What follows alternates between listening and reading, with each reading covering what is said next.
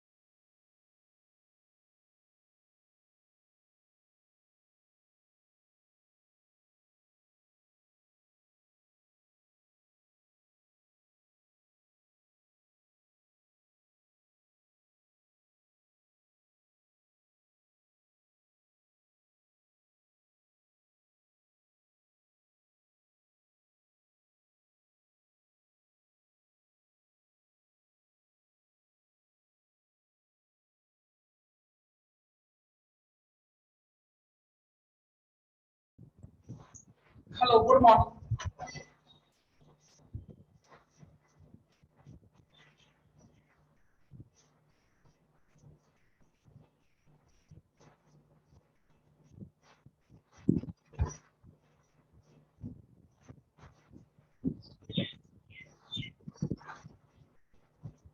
आज हम लोग थ्योरी को आगे बढ़ाते हैं। बाकी तो 4 दिन पहले का ही सारा चीज सीखा हुआ है, तो और रिवीजन का जरूरत नहीं है। बाकी तो अभी जल्दी रिसेंटली ही सारा कुछ आपको सिखाया गया है।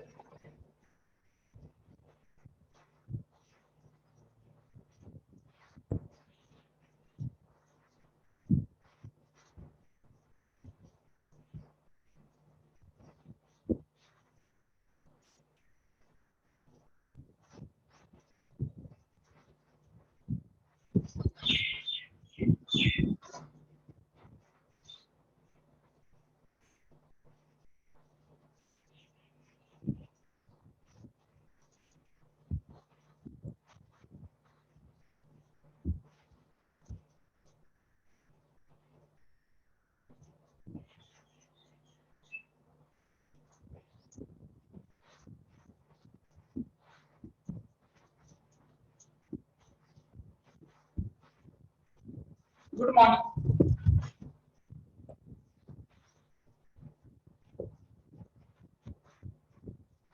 अब हम लोग मोल कॉन्सेप्ट का कॉन्सेंट्रेशन के पार्ट लोग ये हैं। आगे के जो पार्ट है उसको हम लोग कहते हैं stoichiometric analysis.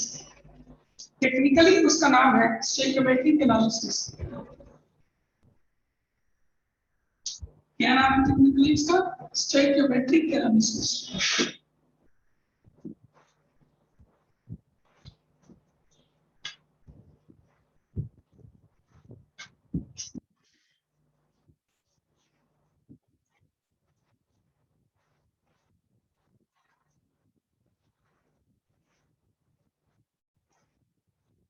stoichiometry analysis. Stoichiometry analysis.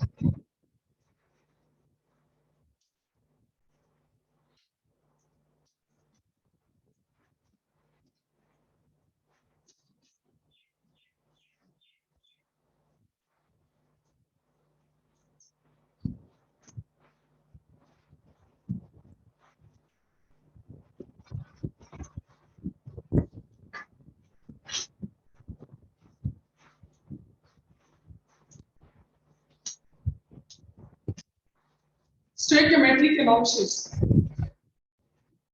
इसमें हम लोग बहुत सारा चीज सीखेंगे।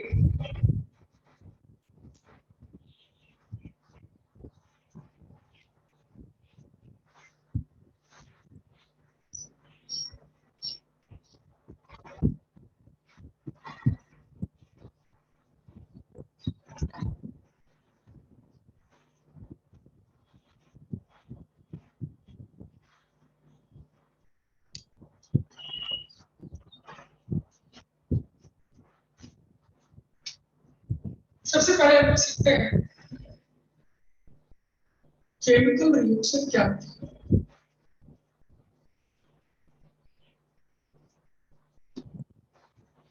केमिकल रिएक्शन होता है कि जैसे लिखा होता है NaOH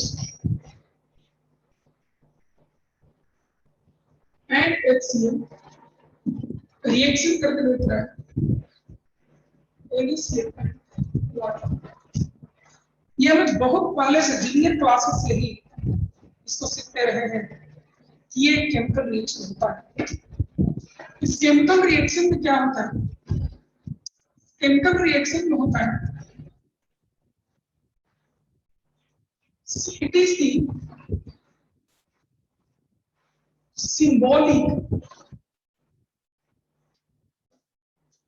representation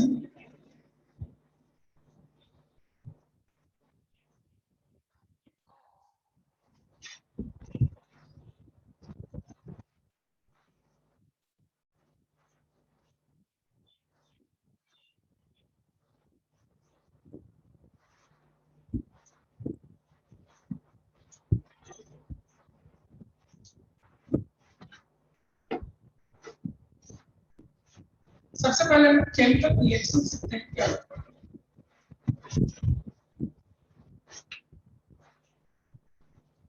If atoms are rearranged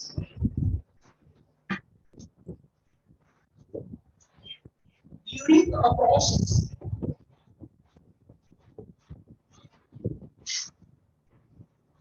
it is called a chemical reaction.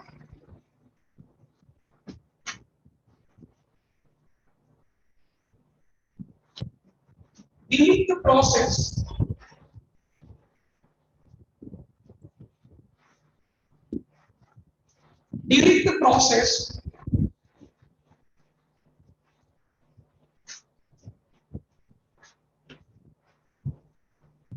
at least one chemical bond must be broken or formed. Must be broken or formed. Chemical reaction किसको कहते हैं? केमिकल रिएक्शन हम उस process को कहते हैं जिसमें atoms rearrange होते हैं। कैसे एटम्स रीअरेंज होते भाई? तो कम से कम एक बॉन्ड टूटना चाहिए या कम से कम एक बॉन्ड बनना चाहिए। जैसे ये देखिए, अगर Cl2 को Cl एंड Cl एटम में चेंज कर दीजिएगा, ये केमिकल रिएक्शन का एग्जांपल है। इसी तरीके से अगर आप NO2 को N2O4 में चेंज कर दीजिए, तो ये केमिकल रिएक्शन। ठीक है, यहाँ पर क्या हुआ, क्लोरीन क्लोरीन एटम के बीच में जो बॉन्ड था वो टूट गया, केमिकल रिएक्शन हो गया। यहाँ पर क्या हुआ, दो नाइट्रो NO2 मॉलिक्यूल है और ये दोनों NO2 मॉलिक्यूल्स आपस में जुड़ करके N2O4 बना लिया, यानी यहाँ पर भी बॉन्ड बन गया। इसको ऐसे लिखिए O2N, तो बॉन्ड बन गया इनके बीच में।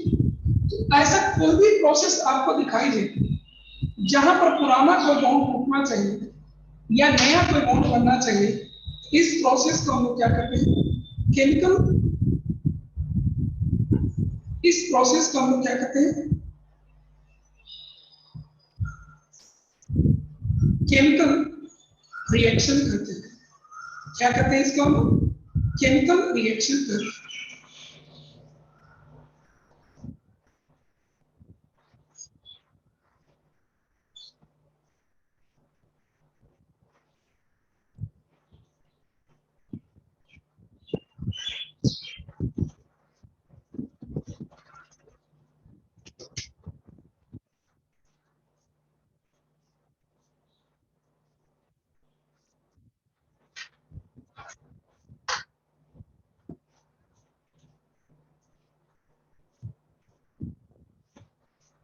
चलिए नोट करिए,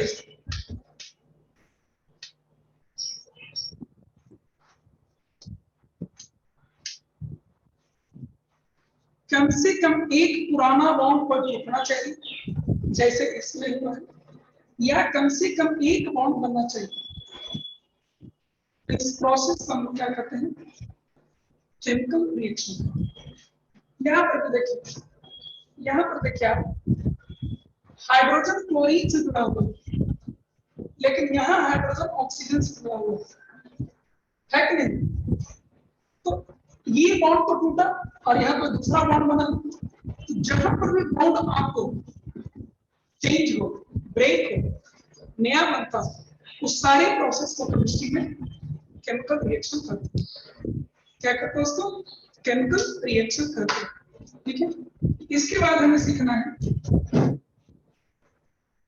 केमिकल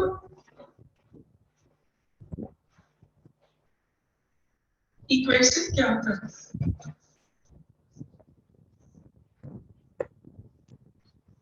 तो जो हमारे कंटेनर्स है जहां केमिकल रिएक्शन हो रहे हैं, उस केमिकल रिएक्शन में जो भी चेंजेज हो रहे हैं, इनको जब हम सिंबॉलिकली रिप्रेजेंट करते हैं, ठीक है, एरो वगैरह का यूज करके, तो इसको हम लोग केमिकल इक्वेशन करते हैं।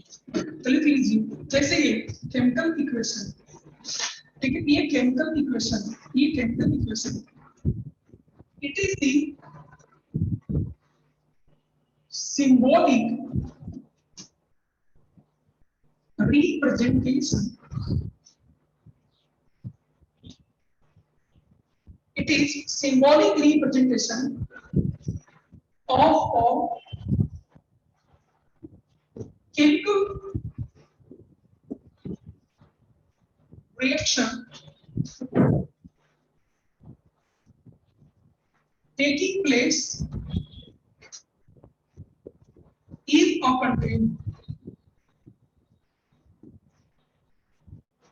It is symbolic representation of a chemical reaction taking place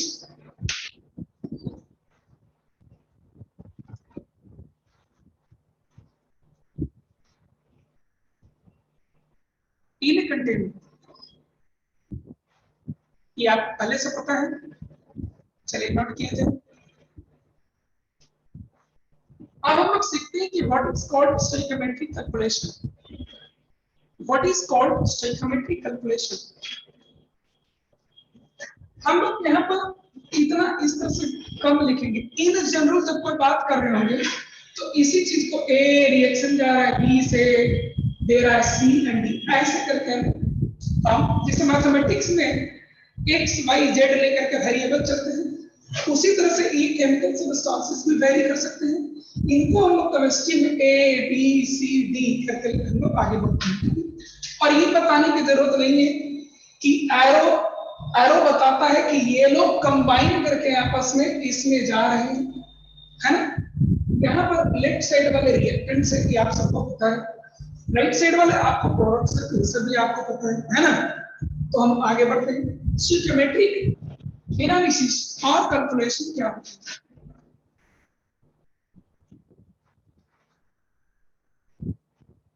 जब किसी केमिकल रिएक्शन में एक या दो सब्सटेंसेस के अमाउंट दिए हुए रहे और एक या दो सब्सटेंसेस के अमाउंट हमसे पूछे जाए, जब किसी केमिकल रिएक्शन में पार्टिसिपेट करने वाले वन और मोर सब्सटेंसेस के अमाउंट दिए जाए और वन एंड मोर सब्सटेंसेस के बारे में हमसे पूछा गया कि ये कितना रिक्वायर्ड होगा या कितना बनेगा, then the process is called stoichiometric calculation, which is used. There are three methods of stoichiometric calculations which are used to calculate the amount of any substance which is required to undergo reaction with the other given substances, or to calculate the amount of product formed by a given amount of reactants. ठीक है, तो इस चीज को हम लोग सीखते हैं स्टोइकियोमेट्रिक एनालिसिस और कैलकुलेशन क्या होता है। ठीक है, नट सेल में समझिए कि रिएक्शन के कुछ रिएक्टेंट्स होंगे, रिएक्शन में कोई रिएक्टेंट्स होगा, कोई प्रोडक्ट होगा। ठीक है, रिएक्शन में कोई रिएक्टेंट्स होंगे, कुछ प्रोडक्ट होंगे। तो इसमें उसमें कुछ रिएक्टेंट या प्रोडक्ट के अमाउंट दे दिए जाएंगे और कुछ रिएक्टेंट या प्रोडक्ट के अमाउंट के बारे में आपसे पूछा जाएगा। इसको निकालने के लिए जो हम लोग मेथड यूज करते हैं, that is called stoichiometric analysis और calculation. That is called stoichiometric analysis और कैलकुलेशन। तो इस चीज को लिखा जाए,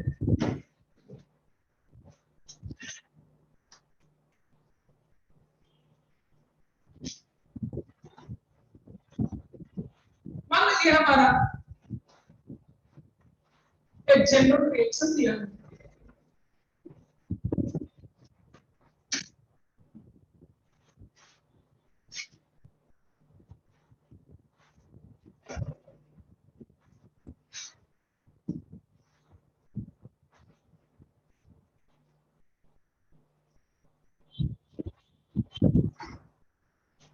मान लो हमारा ये एक जनरल रिएक्शन दिया है।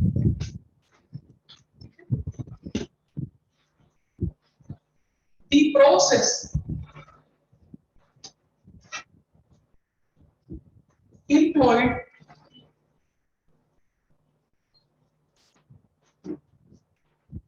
to calculate the amount of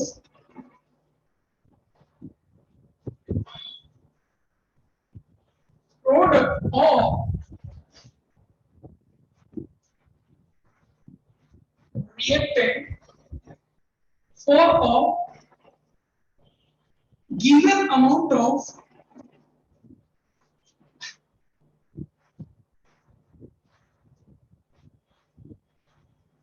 reactants or products।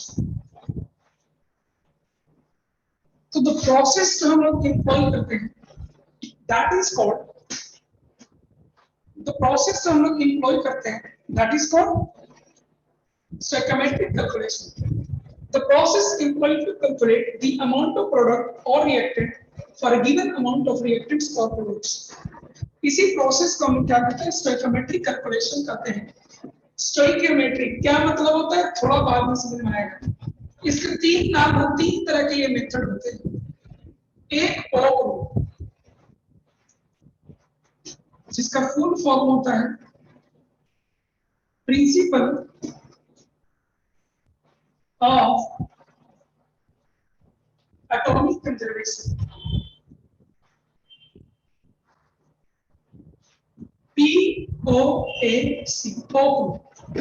एक होता है मोनो एनालिसिस और एक होता है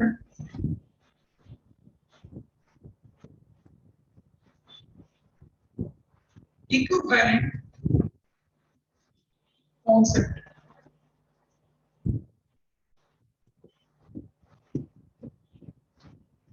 एक और क्या कहते हैं, इक्विवेलेंट कॉन्सेप्ट। एक और क्या होता है आपको, इक्विवेलेंट कॉन्सेप्ट। नोट किया जाए। आज पहले हम लोग इसको मजबूत करने की कोशिश करते हैं, फिर आगे बढ़ेंगे।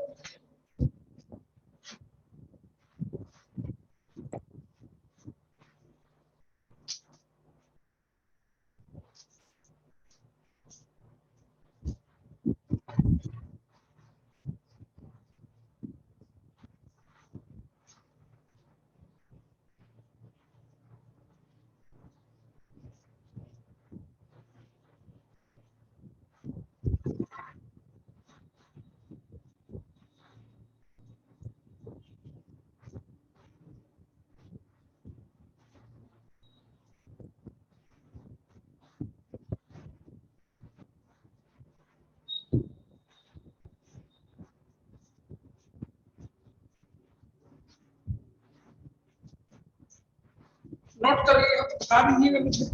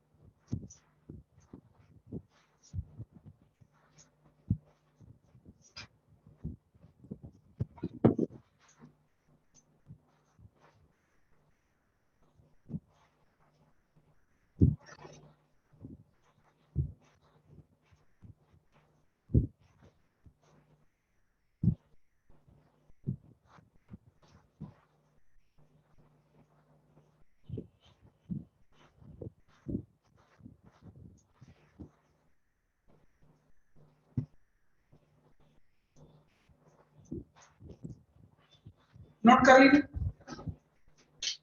कुछ लोग लगता है कल आप लोग में क्विज नहीं दी, जैसे मैं बता रहा हूं। चंदन कुमार देख लेना, शायद नहीं आया है, देख लीजिए। काव्या गुप्ता, आपका रिजल्ट टेस्ट लगता है मेरे पास नहीं है। खुशबू आप भी देख लीजिए, नितेश आप देख लीजिए, सीजन सिन्हा आपका भी लगता है टेस्ट नहीं हुआ।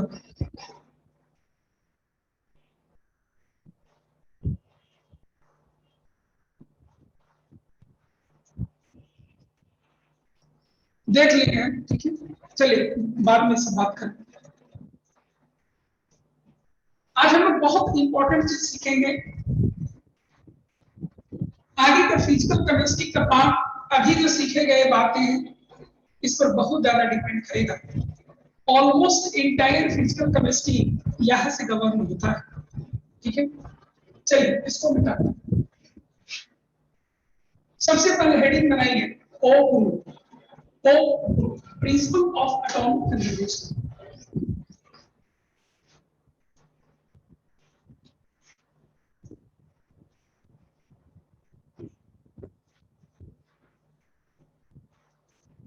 O group, principle of atomic conservation.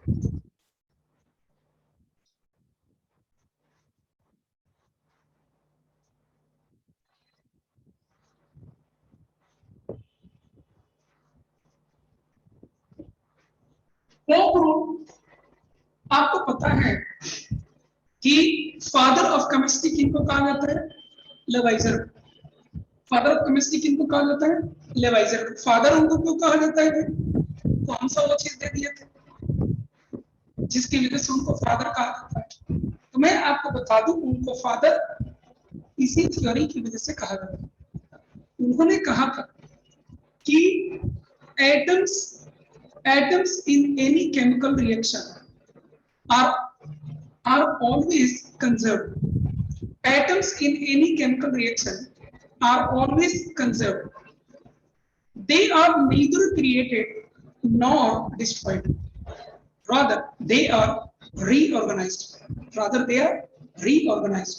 ठीक है, रीऑर्गेनाइजेशन ऑफ एटम होता है, that is also called chemical reaction. पहले किसी के साथ जुड़ा हुआ था, फिर किसी और के साथ जाकर जुड़ गया, पहले किसी के साथ जुड़ा हुआ था, फिर किसी और के साथ जुड़ गया, इसी को हम लोग कहते हैं रीऑर्गेनाइजेशन। क्या कहते हैं इसको हम लोग? रीऑर्गेनाइजेशन इसको हम लोग कहते हैं। स्पोक रूल का बेसिस क्या है? स्पोक रूल का बेसिस है एटॉमिक कंजर्वेशन प्रिंसिपल। तो इसको लिखा जाए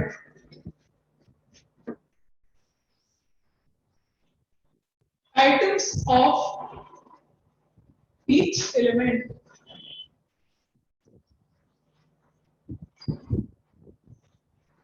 remain conserved during a chemical reaction.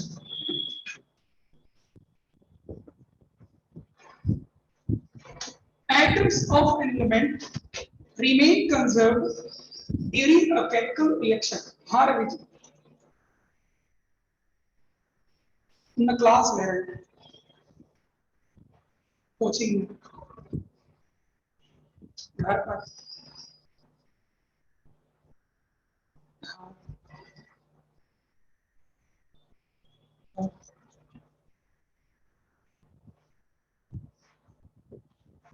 तो पेपर दे दो ना, हम क्लास में नीचे आके खोल नहीं सकते, अभी रखे फोन घर में, हमारे घर किसी को भी दे दीजिए, कोई दिक्कत नहीं।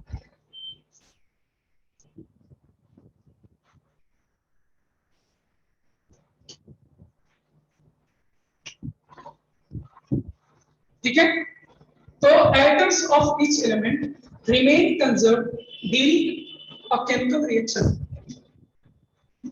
Whenever a chemical reaction occurs, atoms of each element respectively remain conserved. वो कभी नहीं चेंज करेगा। If before reaction there are 10 atoms of sodium, then after reaction there must be 10 atoms of sodium. And similarly, if before reaction there are 20 oxygen atoms, then after reaction there must be 20 atoms of oxygen. It must not change. ये ध्यान रखिएगा, ये कभी नहीं change करेगा। और exactly इसी principal को हम लोग क्या करते हैं? Pope rule. क्या करते हैं इसको? पोप रूल करते हैं। कैसे इसको अप्लाई करते हैं? कैसे इसको अप्लाई करते हैं? इसको मैं आपको एक क्वेश्चन लेकर के समझाता हूँ, ठीक है? कैसे इसको अप्लाई करते हैं, इसको एक क्वेश्चन लेकर के, एग्जाम्पल लेकर के समझाते हैं। जैसे मान लिया कि हम एक एग्जाम्पल से इसको समझते हैं।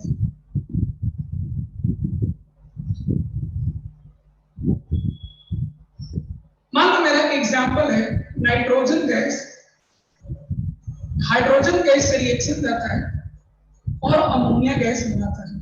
इस रिएक्शन में तो किसी को डाउट नहीं है, ये रिएक्शन तो आप सबको समझ में आ रहा होगा कि भाई नाइट्रोजन हाइड्रोजन से कंबाइन करेगा, अमोनिया गैस बन जाएगा।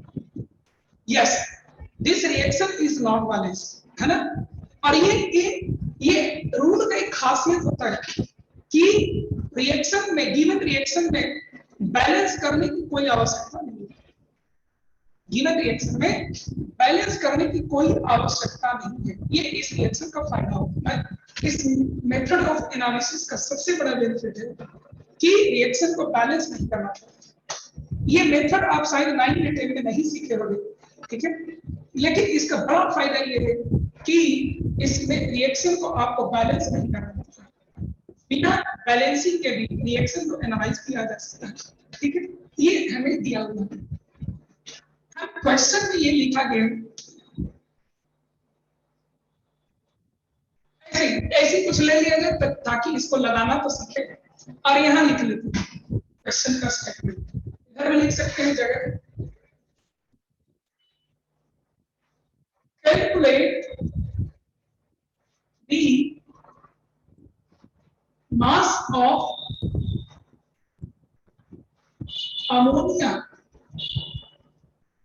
Gas form T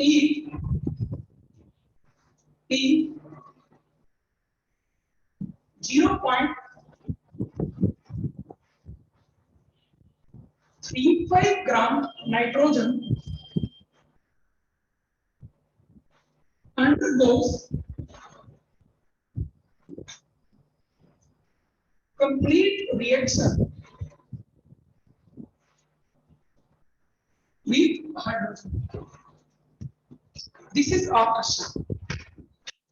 Calculate the mass of ammonia gas formed if 0.35 gram of nitrogen undergoes complete reaction with hydrogen. बहुत सिंपल आपको क्वेश्चन था कि इसका 0.35 ग्राम से अगर हाइड्रोजन कंप्लीट रिएक्शन चला जाए तो अमोनिया का कितना ग्राम मास बनेगा, बस यही question.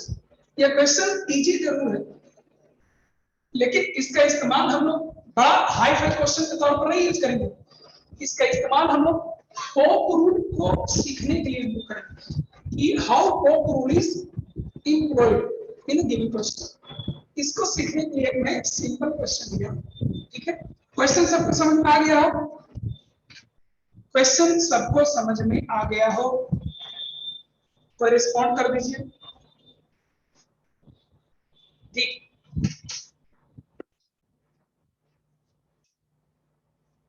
Calculate the mass of ammonia gas. अब देखिए हमें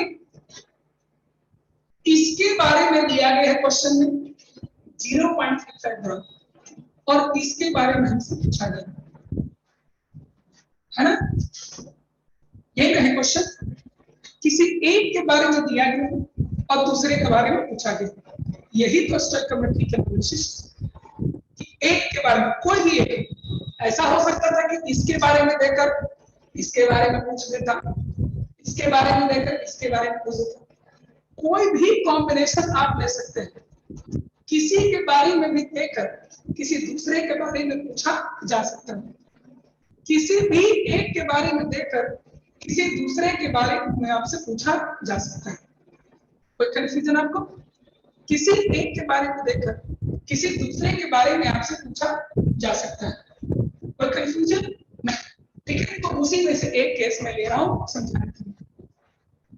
तो एक चीज देखिए कि इनमें और इनमें कौन सा एलिमेंट का एटम है जो दोनों में कॉमन है और इन दोनों के अलावा कहीं भी मौजूद नहीं है। Obviously, this is nitrogen, which is common to both nitrogen and ammonia gas. है कि नहीं? है कि नहीं? Nitrogen is common to both nitrogen and ammonia gas. है कि नहीं? है कि नहीं? Nitrogen is common to both N2 and ammonia, and this is not present in this one. ठीक है?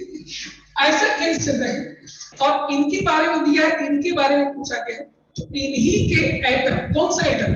तो इनमें नाइट्रोजन एटम कॉमन है। जो भी यहाँ रिएक्टेंट साइड में नाइट्रोजन एटम होगा वो केवल यही, रिएक्टेंट साइड में जितने भी नाइट्रोजन एटम होंगे वो केवल यही, और प्रोडक्ट साइड में जितने भी नाइट्रोजन एटम होंगे वो केवल यही।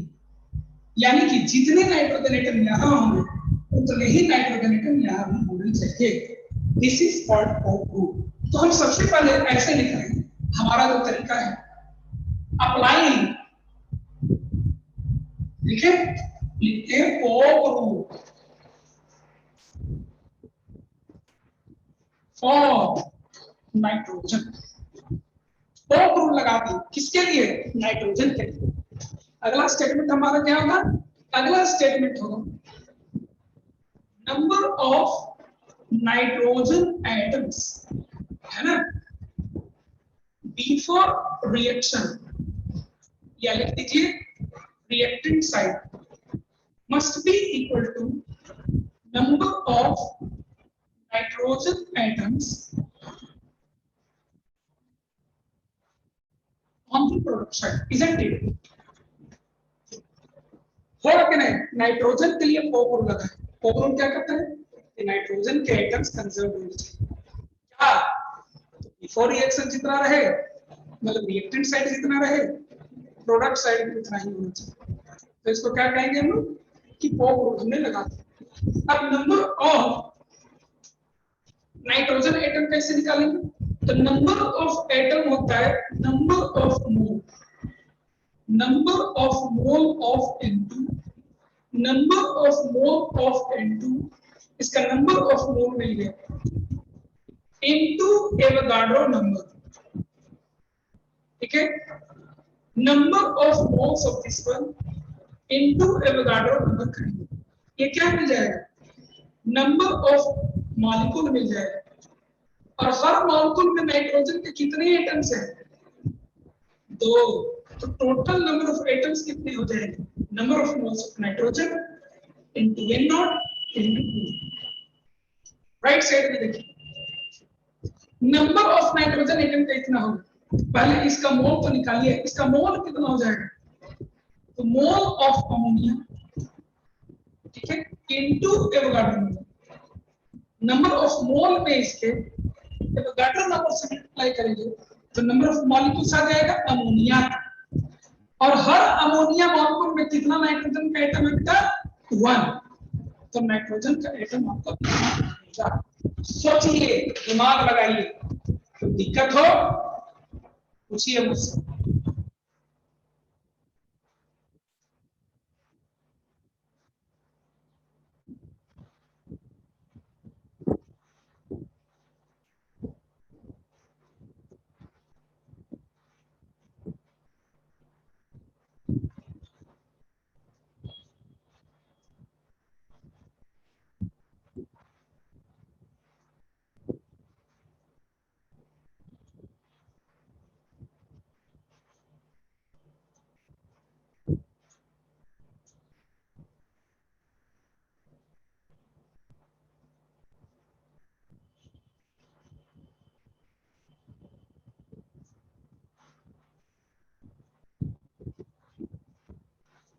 दिमाग में बैठाइए, खुद से सोचिए,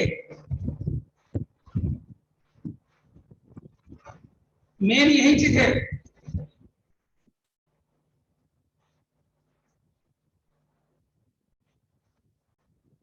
मैं फिर से बताऊंगा, लेकिन पहले आप दिमाग पर जोर दीजिए, क्योंकि ये साइंस है, यहां आपको लॉजिक से काम होगा, रट रटाई से आपको काम नहीं होने वाला है।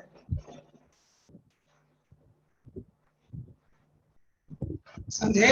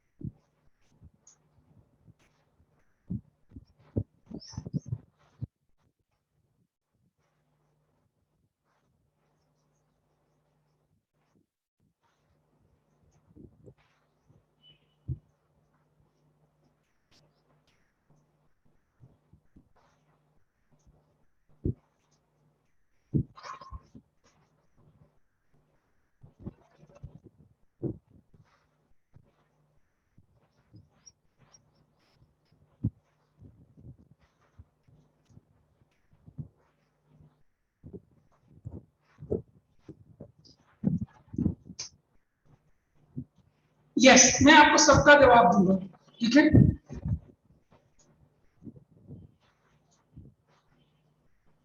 लेफ्ट साइड में 2 मल्टीप्लाई कैसे हुआ, दीपक बेटा, बेटा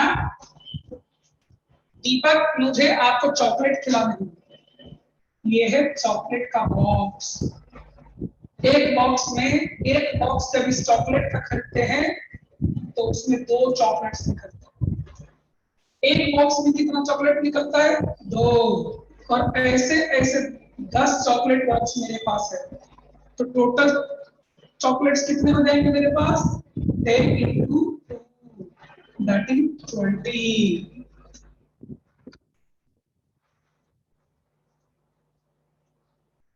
दीपक कुमार, समझ में आ गया?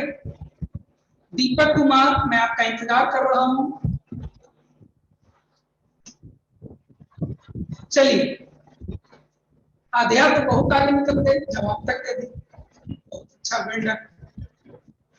चलिए, और कोई किसी को दिक्कत, मैं एक बार तब भी फिर से समझाता हूं, ठीक है, मेरे दिमाग में कॉन्सेप्ट बैठना, ठीक है, केमिस्ट्री है, फिजिक्स है, बायोलॉजी है, मैथ है, ये सारा चीज क्या है, दिन भर रगड़ने का चीज नहीं है, बल्कि दिमाग में बैठाने का चीज है।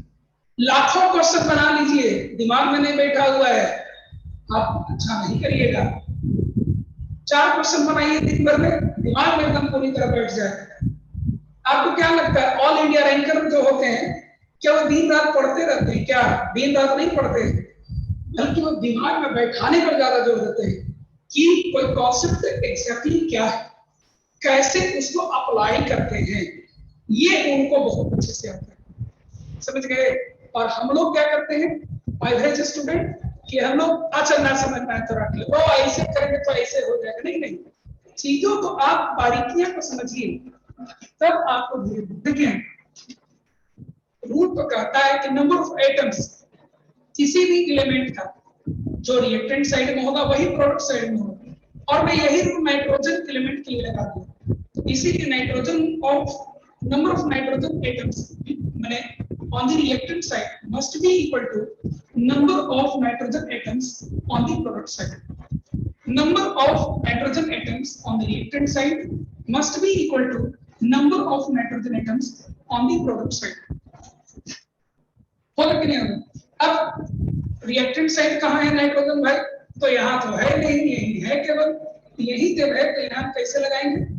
तो इसका नंबर ऑफ मोल ले लीजिए, number of mole of nitrogen into Avogadro number कर दीजिए, तो नंबर ऑफ मॉलिक्यूल्स मुझे मिल जाएगा। अब नंबर ऑफ मॉलिक्यूल्स मुझे मिला, लेकिन निकालना क्या था, नंबर ऑफ एटम्स, तो इसलिए 2 से मल्टीप्लाई करना होगा, जितना इसका मॉलिक्यूल होगा नंबर ऑफ एटम्स उसका गुना होगा। इसी तरह से इस साइड में आते हैं, इस साइड में नंबर ऑफ मोल्स इसके कितने हैं, तो अपने से मान लिए number of moles n into ammonia, n of ammonia into Avogadro number, हमें क्या दे देगा बेटा, नंबर ऑफ मॉलिक्यूल्स दे देगा अमोनिया का, और एक मॉलिक्यूल में कितना एटम, एक, इसलिए 1 से मल्टीप्लाई कर दिया।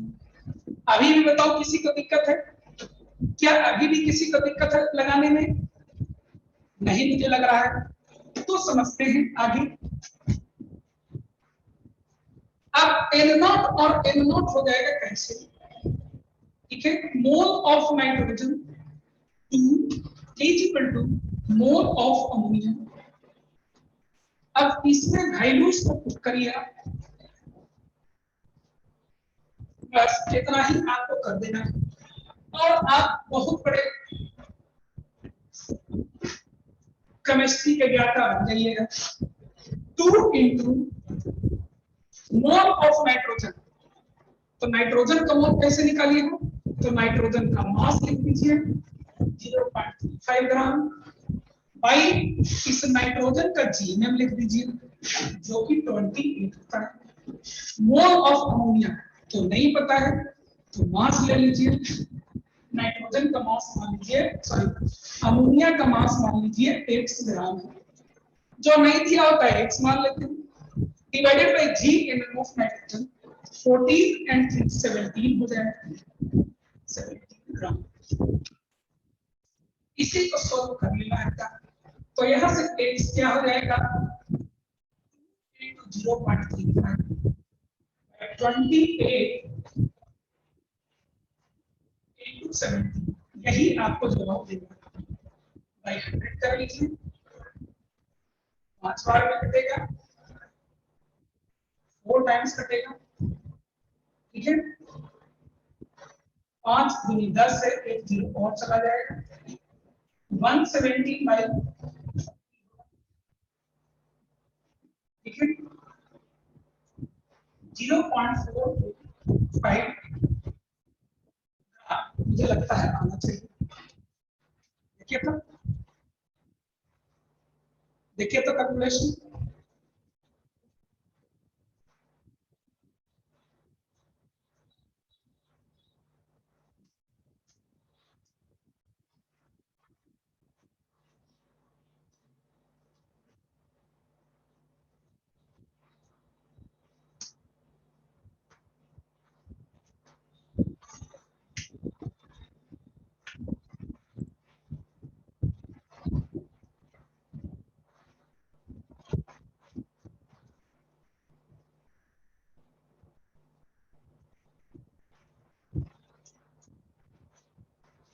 बोलिए कंफ्यूजन, बोलिए कंफ्यूजन,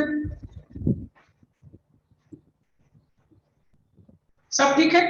अब इसी क्वेश्चन में भले ही हाइड्रोजन के बारे में मुझे कुछ क्वेश्चन में दिया नहीं गया, नहीं दिया गया है, हाइड्रोजन के बारे में मुझे कोई क्वेश्चन में नहीं दिया है, तो मैं आपको ऐसे ही इसी का और थोड़ा एक प्रैक्टिस के लिए इसी में थोड़ा सा अपने से क्वेश्चन ऐड करके और बताना चाहूंगा कि कैसे कॉम्प्लिकेशन यहाँ हटाते हैं, ठीक है ना। तो हाइड्रोजन के लिए भी लगा कर देखा जाए, कुछ तो सीखने को मिलेगा ही।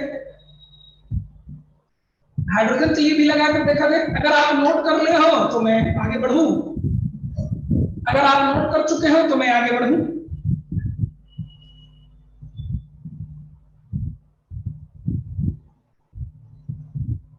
ये बहुत दुरुस्त कॉन्सेप्ट है, लेकिन में हर चीज का एक लिमिटेशन होता है ना, और इसलिए इस रूल के भी लिमिटेशन है।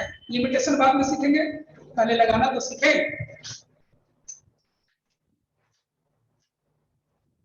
बेटा मेरे साइड से बहुत अच्छा है इंटरनेट हमेशा। आप एक काम करो, अपने घर में खुला हुआ जगह में चले जाओ, मैं सबको कह रहा हूं, क्लाउडी है इस वजह से नेटवर्क इशू हो सकते हैं, सब लोग अपने घर में खुला हुआ जगह में बैठे, जितना हो सके उससे आपको नेटवर्क अच्छा मिलेगा। मेरे पास हाई स्पीड ब्रॉडबैंड है बेटा, ठीक है, इसलिए मेरे साइड से दिक्कत होने के चांसेस कम है। अब सुनिए, इसी में मैं एक पार्ट और ऐड करना चाहता हूँ ताकि और सीख सके इसी लिखे हुए चीजों से, है ना। तो मैं यहाँ बताता हूँ, ये तो नोट कर लिया जैसा आपने कहा, मैं इसी में थोड़ा सा और आपको सिखाना चाहता हूँ, ठीक है, थोड़ा प्रैक्टिस भी हो जाएगा। मान लो इसी क्वेश्चन पे एक और चीज ऐड कर दिया जाए, ठीक है, also calculate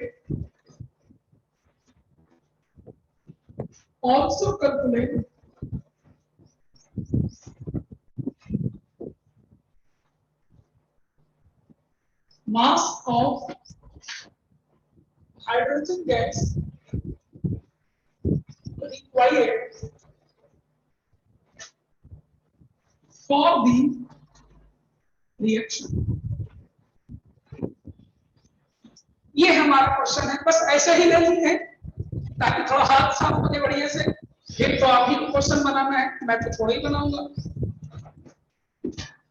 तो ऐसे क्या दिया गया कि calculate mass of hydrogen gas required for the reaction, तो कितना अमाउंट हाइड्रोजन का होना चाहिए ताकि ये पूरा का पूरा रिएक्शन चला जाए।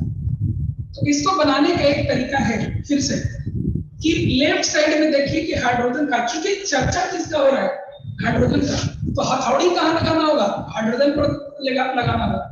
हाइड्रोजन यहाँ है और हाइड्रोजन यहाँ है, ऑब्वियसली आपको पॉप रूल लगाना होगा किस पर, एलिमेंट हाइड्रोजन पर। तो हम लोग सबसे पहला स्टेटमेंट लिखते हैं, अप्लाई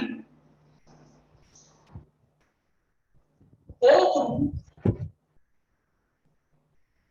फॉर हाइड्रोजन। तो क्या लिखेंगे फिर से हम लोग, number of moles of hydrogen, number of moles of hydrogen before reaction is equal to number of moles of hydrogen after reaction, है ना। before reaction होना चाहिए उतना ही after reaction भी होना चाहिए। बहुत अच्छा कैलकुलेट करके बताएं अभिमन्यु, बहुत अच्छा। The number of moles of hydrogen before reaction is equal to number of moles of hydrogen after reaction। तो इसको सॉल्व किया जाए, कैसे लिखेंगे, तो number of moles, एक सेकेंड, number of मोल थोड़ा ही कंजर्व कराना है, number of atoms कंजर्व कराना है, सॉरी, number of atoms हमें कंजर्व कराना है।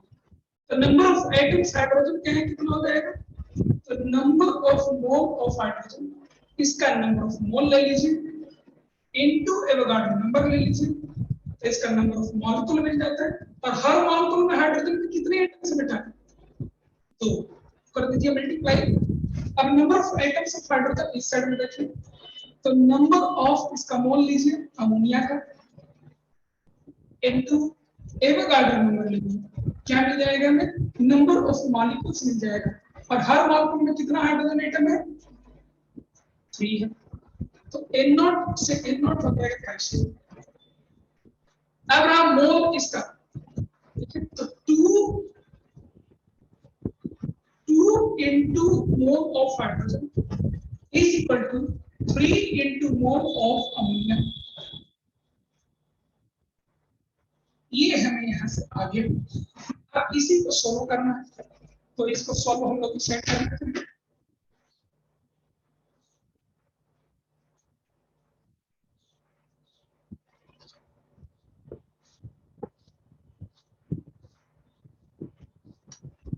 ठीक है, 2 into mole of hydrogen, hydrogen का मास मान लो y ग्राम, बाई हाइड्रोजन का जीएम होता है 2 ग्राम, is equal to 3 into mole of ammonia. Ammonia का मास आया था अभी 0.425, अभी तो निकाले थे, सॉरी अमोनिया का मास आया था 0.425 बाई अमोनिया का जीएम। इसको सोल्व करेंगे तो 2 से 2 कैंसिल हो जाएगा और y आ जाएगा यहाँ से 3 into 0.425 by 17। इसको सॉल्व करने पर आपको आता है 3 to 0.425 divided by 17 is equal to 0.075। तो हाइड्रोजन कितना आपको चाहिए? 0.075 ग्राम चाहिए।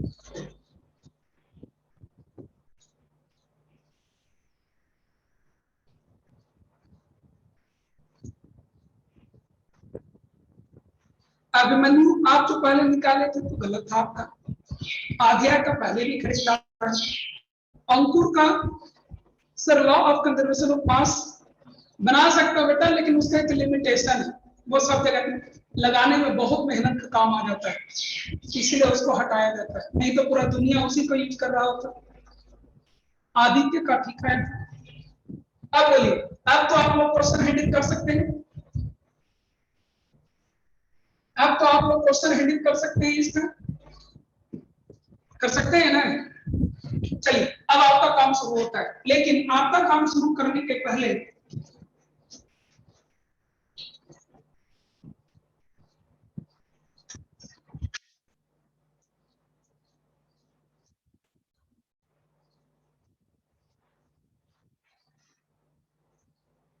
चलिए लिखा जाए, ध्यान आप सीखे, अब आपका काम शुरू होता है।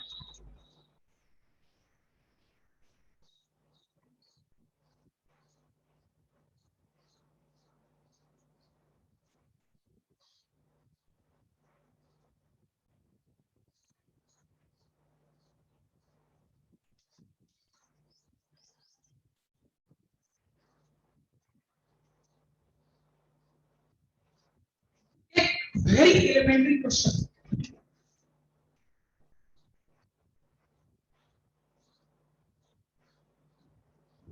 what mass of calcium oxide will be produced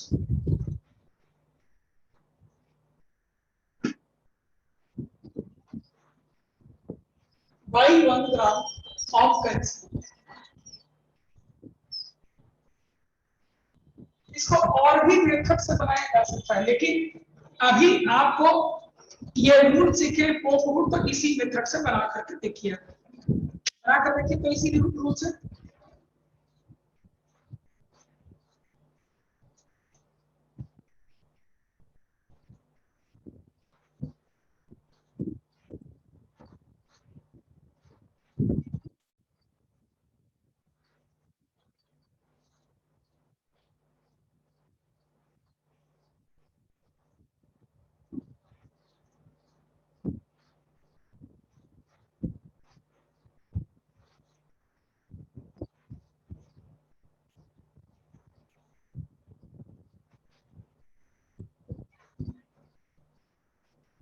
अरे पीसी मेथड से बनाना है तब ना सीखिएगा। रिएक्शन क्या होता है, इसी मेथड से बनाना है सीखने के लिए। वैसे भारी क्वेश्चन तो मेरे पास पड़े हुए, लेकिन पहले एक बार आप बिना मेरे हेल्प का तो इसको लगा कर देखिए, समझे।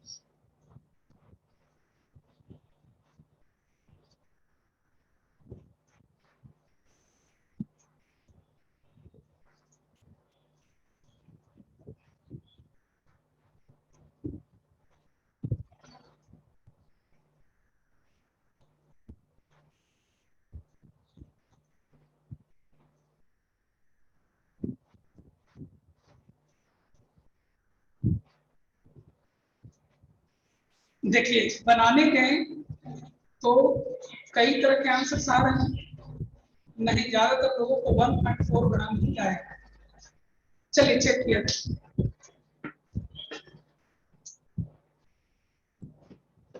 ये एलिमेंट्री क्वेश्चन है, फिर ये आपको देना नहीं चाहिए था, ये पहली बार था तो मुझे लगा कि ये दे देना चाहिए। चलिए कैल्शियम ऑक्साइड का मुझे पूछा गया है और कैल्शियम का मुझे दिया है, ऑब्वियसली कैल्शियम को कंसिडर करेंगे तो लिखेंगे हम लोग अप्लाइंग, तो कर लीजिएगा आप लोग, applying O for the limit calcium, number of calcium atoms before reaction must be equal to number of calcium atoms after reaction, है ना। नंबर ऑफ पहले क्या हो जाएगा, number of moles of calcium into Avogadro number into 1,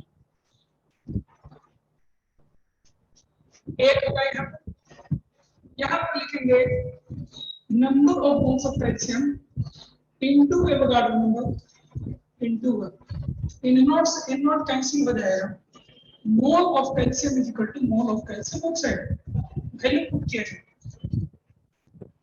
तो 1 ग्राम calcium दिया तो 1/40 is equal to,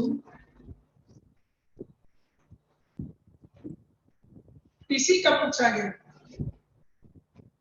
by its GM, calcium का 40 और ऑक्सीजन का 60, इट इज 56,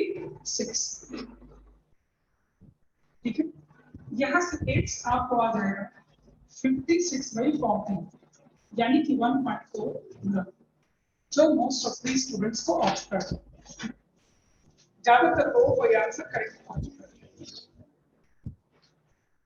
तो अभी भी किसी को दिक्कत है बताने में,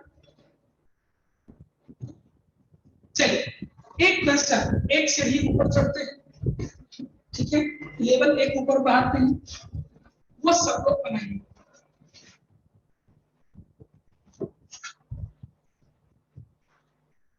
चलिए क्वेश्चन दिखा दें,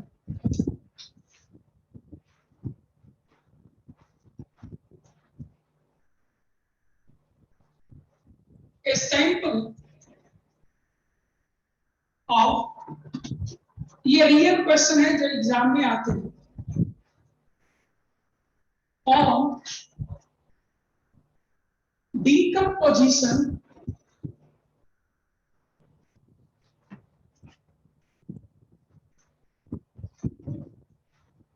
produced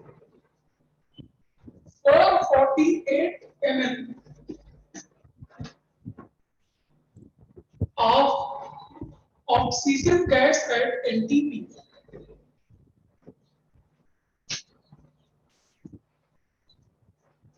Calculate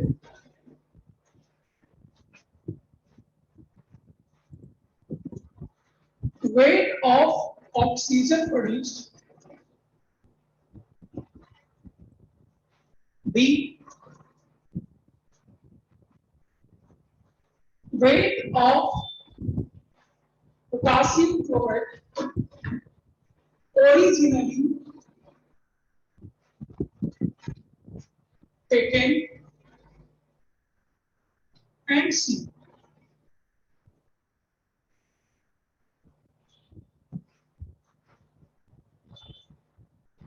Waste of KCl produced.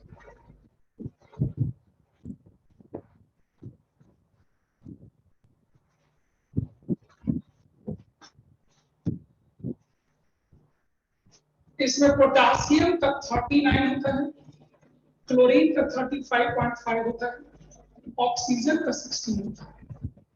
बना कर देखिए सब लोग, बना कर देखिए आप लोग।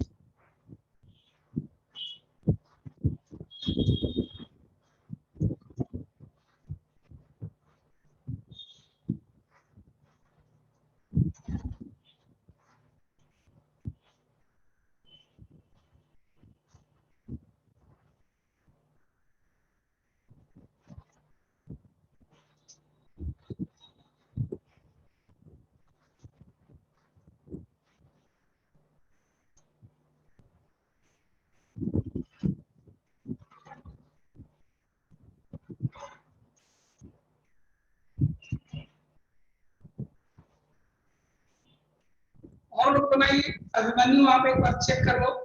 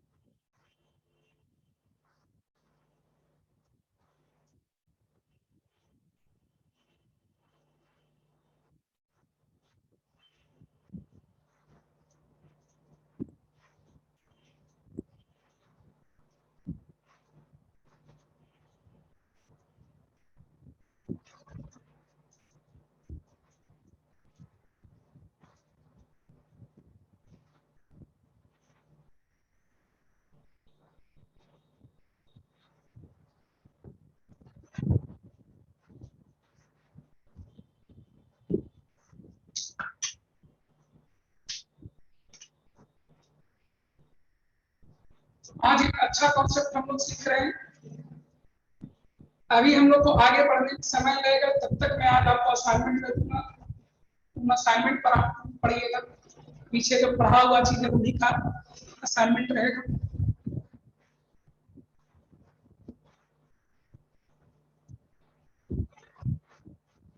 और इस वीक में आप बढ़िया से रिवाइज करें, ठीक है। नेक्स्ट वीक में मैं आपको एक क्विज ले लूंगा, आधा घंटा का क्विज कभी भी लिया जा सकता है। आप लोग तैयारी बढ़िया से करिए और अगले वीक में हम लोग एक क्विज करवाएंगे। चलिए स्टार्ट किया जाए। पहले रिएक्शन देखा जाए। KClO3 KCl एंड O2 देखा, ये तो सबको लग रहा होगा, क्योंकि लिख दिया था कि KClO3 डिकम्पोजिशन के बाद ऑक्सीजन गैस देता है, तो बच कौन गया, तो बच गया KCl। इसलिए हिंट डायरेक्टली ना देकर के इनडायरेक्टली क्वेश्चन में दिया हुआ है, ठीक है। अब आपसे पूछा गया है calculate weight of oxygen gas produced.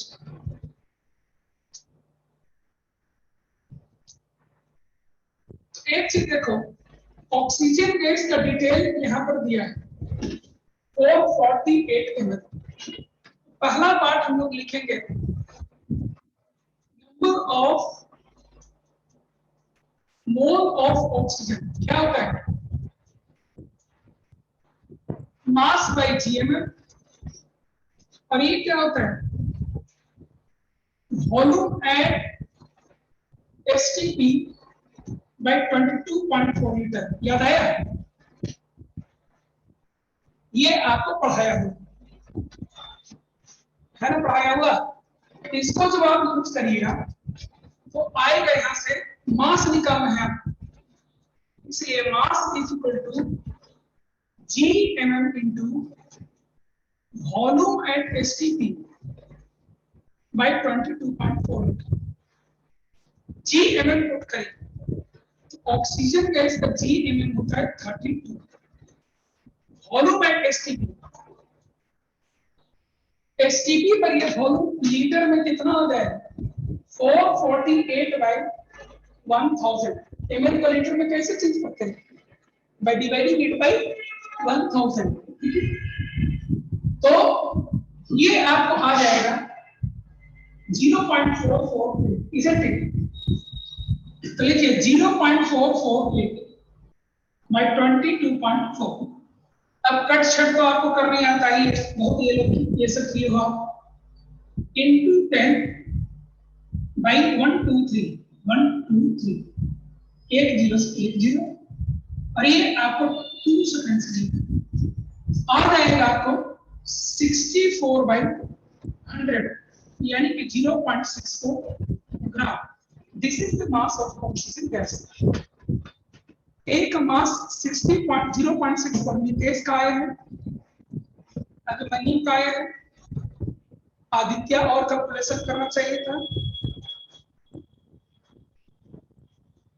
Nishant का आ चुका है, आध्या आपका गलत आया है, अंकुर का आ चुका है,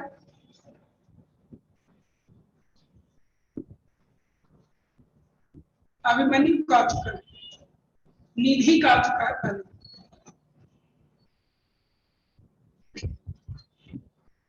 इस तरह से कर सकते हैं।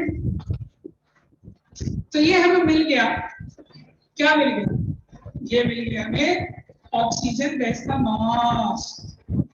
ए पार्ट कंप्लीट हो गया। B part, weight of KClO3 originally taken. तो KClO3 में देखिए यहाँ पर जो ऑक्सीजन है वही ऑक्सीजन यहाँ है, तो इसके लिए हमें क्या लगाना होगा, इसके लिए हमें लगाना होगा O2। तो लगा दिया देखो,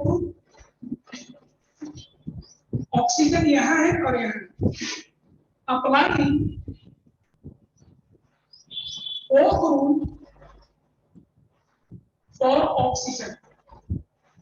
अब मैं डायरेक्ट लिखूंगा, थोड़ा एक आध स्टेप शॉर्ट हो जाएगा तो शायद आपको समझ में आ ही जाएगा। तो number of mole of KClO3 into Avogadro number और हर मोल में ऑक्सीजन के कितने एटम्स हैं? 3 is equal to number of mole of O2 gas into Avogadro number into हर मोल में कितना ऑक्सीजन एटम है? 2। मैं समझता हूं कि आपको पता चल जाता है, अब तक सबको पता चलने लगा। N0 से N0 कैंसिल, अब वैल्यू पुट करेंगे 3 into mole of KClO3, मान लो इसका मास x ग्राम है KClO3 by gm, तो KClO3 का कितना निकालते हैं? KClO3 का कितना आता है? KClO3 का हम लोग को आ जाता है gmm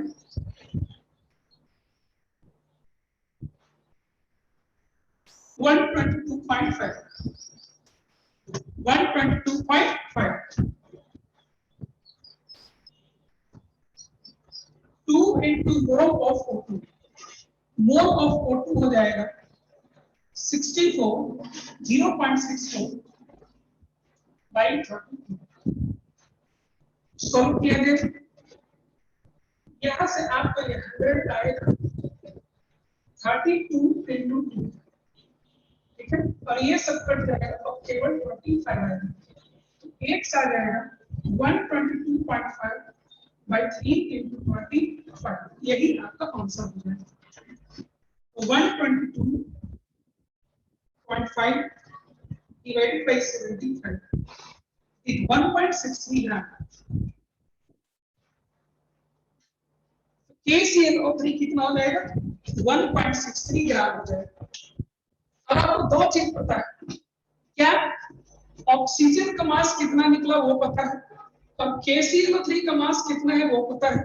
इसके मास में से इसके मास माइनस इसके मास में से मास को माइनस कर देंगे तो नहीं आ जाएगा, देयरफॉर मास ऑफ KCl क्या आ जाएगा? Mass of KClO3 minus mass of oxygen. KClO3 कितना है? 1.63 ग्राम, में से इसका ऑक्सीजन का मास माइनस कर दीजिए जो कि है 0.64 ग्राम, आ जाएगा आपको 0.99 ग्राम। सॉल्व कर सकते हैं इस तरह से, कितना आ जाएगा? 0.99 ग्राम। चलिए, प्रिंसिपल ऑफ एटॉमिक कंजर्वेशन में मुझे लगता है कि आपको कुछ पकड़ जरूर हो गया। एक क्वेश्चन और इस पर कर लिया जाए, एक सीढ़ी और ऊपर का, एक सीढ़ी और ऊपर का एक क्वेश्चन लिखिए।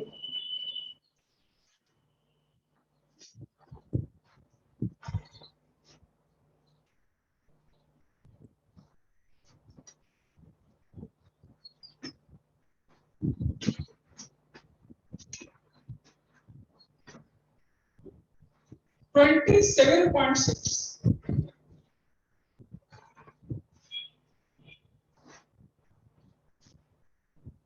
Gram of K2CO3 was treated by a series of reagents so as to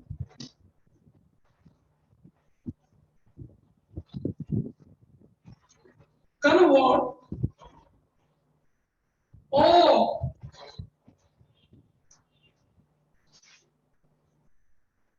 of its carbon to K2Zn3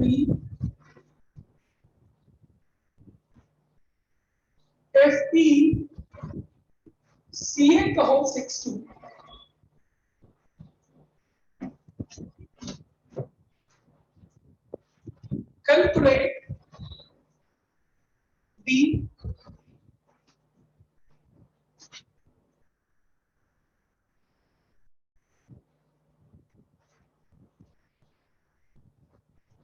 Calculate the rate of the product.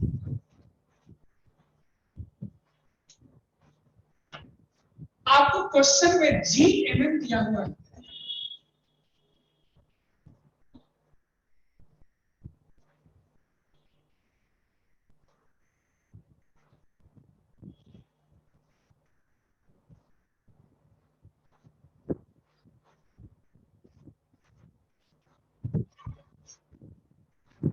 Question में GMM दिया हुआ है, इस कंपाउंड का GM दिया हुआ है 698 और इस कंपाउंड का GM दिया हुआ है 138।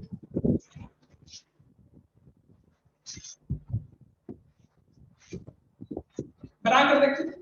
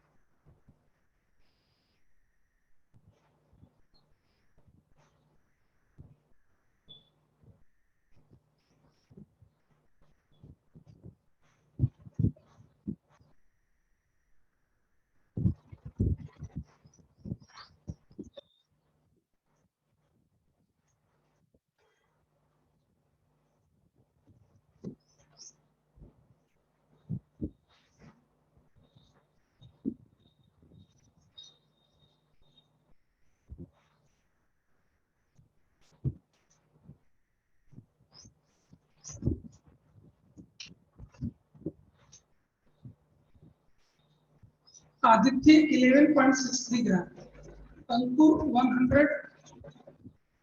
139, अभिमन्यु 11.64, 0.9, 1.6।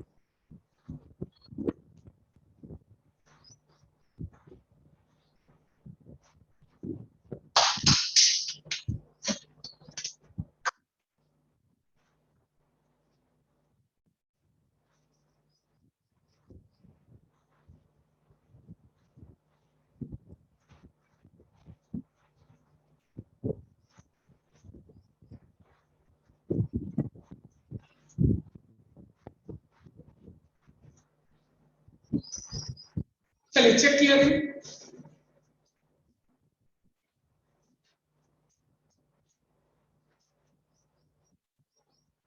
ये कहा है कि K2CO3 by series of reagents, यानी पहले किसी चीज से रिएक्शन किया, फिर किसी चीज से किया रिएक्शन, इस तरह से कई रिएक्शन है, एंड लास्टली सारा कार्बन इस कंपाउंड में कन्वर्ट हो गया।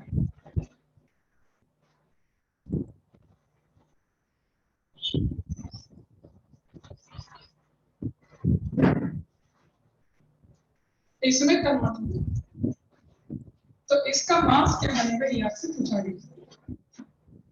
मास कैसे निकलेगा आप उसका, मास कैसे निकलेगा आप उसका, तो पोल लगाइएगा। किसके लिए, तो वो खुद कर दिया, किसके लिए लगाना है, so as to convert all of its carbon to this one, मतलब कार्बन सारा यहाँ तक आएगा। तो कार्बन के लिए लगाएंगे, क्या लिखेंगे, अगर इसका नाम ए है और इस कंपाउंड का नाम बी है, क्या लिखेंगे, number of mole of A into Avogadro number, यानी नंबर ऑफ मॉलिक्यूल आ गया इसका, हर मॉलिक्यूल में कार्बन के कितने एटम्स हैं, इसके लिए क्या लिखेगा, नंबर ऑफ मोल ऑफ थी, यानी इसका इनटू एवोगाड्रो नंबर इनटू इसके एक मॉलिक्यूल में कार्बन एटम कितने हैं, देख लीजिए कितने, ये देखिए यहाँ ब्रैकेट में 2 लगा हुआ है और यहाँ ब्रैकेट में 6 लगा हुआ है, इतना कार्बन एटम है, तो 6 into 2 कितना होता है, 3 होता है, इसलिए इसको दिया है 12। अब वैल्यूज पुट किया जाए, मोल ऑफ ए, तो इसका मोल कैसे लिखेगा, मास वाई इसका जीएम, जो कि क्वेश्चन में दिया हुआ है 138, मास नहीं पता एक्स ग्राम लीजिए, बाई एक्स जीएम क्वेश्चन में दिया हुआ है 698 इनटू 2, यहां से आपको x आ जाएगा 27.6 by 138 into 698 by 2,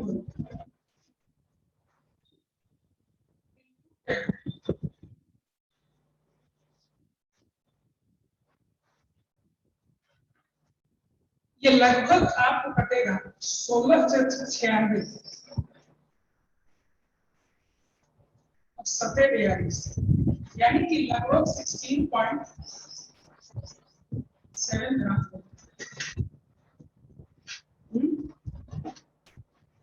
देखिए तो गुना और करते कुछ गलती होती है, 276 into 698 138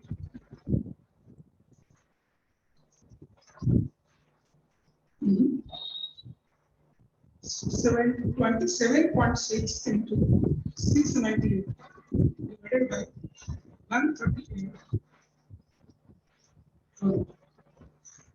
11.62, कैलकुलेशन में कैसे गलती हो गई, चलिए कैलकुलेशन में गलती हुआ है कुछ, 11.63 ग्राम आता है, ठीक है।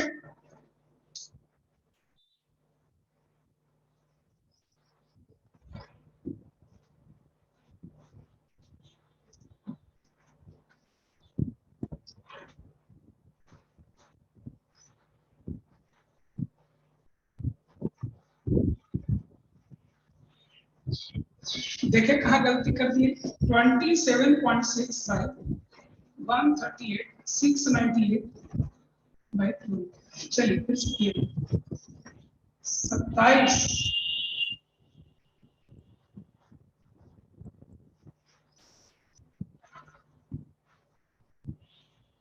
ये तो 2 से ठीक कटा है, ये भी 6 से ठीक कटा, तो ये गलत लिखा हुआ है, ये 1166 होगा, 3 और 6 ये होगा, और ये 11.7, ठीक, ये गलत लिखा हुआ है, ये 117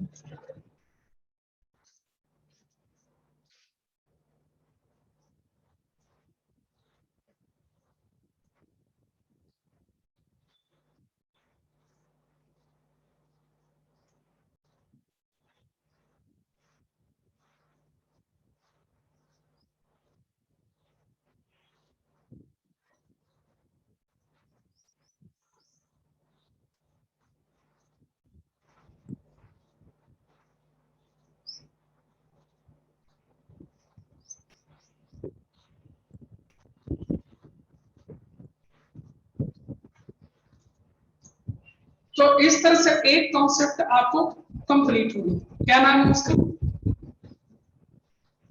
एक बार और कर लीजिए।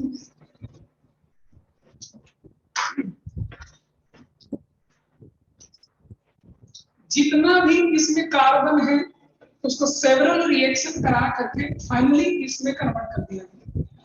मतलब कार्बन को वो कंजर्व करवा दिया, ऐसा मैं नहीं कर रहा हूं, ऐसा क्वेश्चन में कहा हुआ है। तो ये तो तय बात है, कार्बन को कंजर्व करा करके हम लोग इस क्वेश्चन को हैंडल कर सकते हैं। कार्बन को कंजर्व कराकर हम लोग इस क्वेश्चन को हैंडल करा सकते हैं, ठीक है। तो इसीलिए कार्बन को भी कंजर्व करा दो। तो नंबर ऑफ कार्बन एटम कैसे निकलेगा, इसका number of mole into Avogadro, number of molecule मिल गया इसका, और हर मॉलिक्यूल में कार्बन के कितने एटम्स, 1, तो नंबर ऑफ कार्बन एटम 1। अब यहाँ पर इसके number of mole into Avogadro, number of molecules दे दिया, और हर मॉलिक्यूल में कितने कार्बन के एटम, तो 6 पहले मल्टीप्लाई किया हुआ है और होल मल्टीप्लाई 2 किया हुआ है, 6 इनटू 2 कितना हो जाएगा 12, यानी कि 12 कार्बन एटम एक मॉलिक्यूल में होंगे। बाकी इसका अगर देखें तो इसका मास हमें दिया हुआ है भाई, इसका जी एम से डिवाइड कर लीजिए। इसका मास दिया हुआ है, नहीं दिया हुआ है तो इसका x मान लीजिए, और इसका जी एम से डिवाइड कर लीजिए। सॉल्व करिए आपको आ जाएगा, ठीक है। आज यहाँ पर रखते हैं, थैंक यू, ये टॉपिक खत्म हो गया। Thank you.